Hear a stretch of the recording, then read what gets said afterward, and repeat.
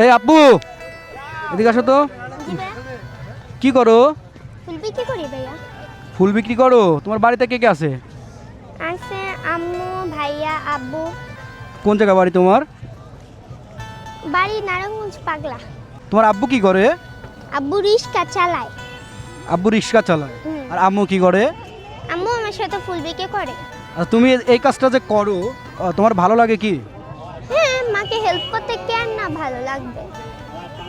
বন্ধুগণ দেখেন, মিষ্টি একটা মেয়ে, ও কিন্তু বলছে যে আমি ফুল বিক্রি করি এই কারণেই যে আমার মাকে একটু আমি সাহায্য করি। তুমি যে টাকাগুলো পাও, এই টাকাগুলো কোথায় দাও? আম্মুর কাছে। সত্য? হ্যাঁ।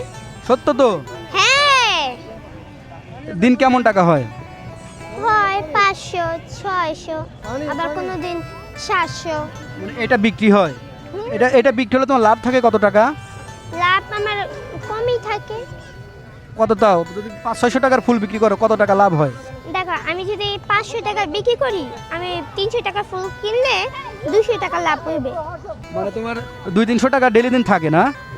ডেলি আসি না তো, আমি ছুটি পাই তো, তার জন্য শুক্র শনি আইসা পড়ি।